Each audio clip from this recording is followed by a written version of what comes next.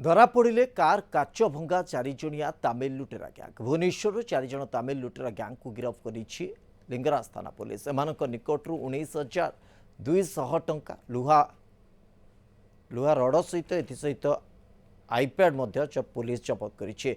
लिंगराज थाना अंचल रे किशोर कुमार झा नामक जड़े व्यक्ति स्कॉर्पियो काच भांगी बैग लुटि नहीं एमाने।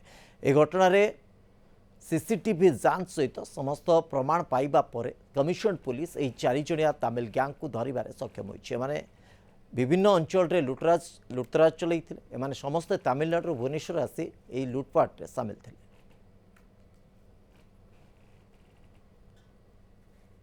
तमिलनाडु गोटे गैंग धरा है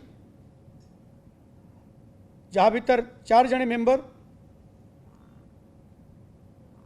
से माने सबू 3 जने तिरुचिरापल्ली तमिलनाडु एवं जने मदुरई तमिलनाडु बासिंदा छंती।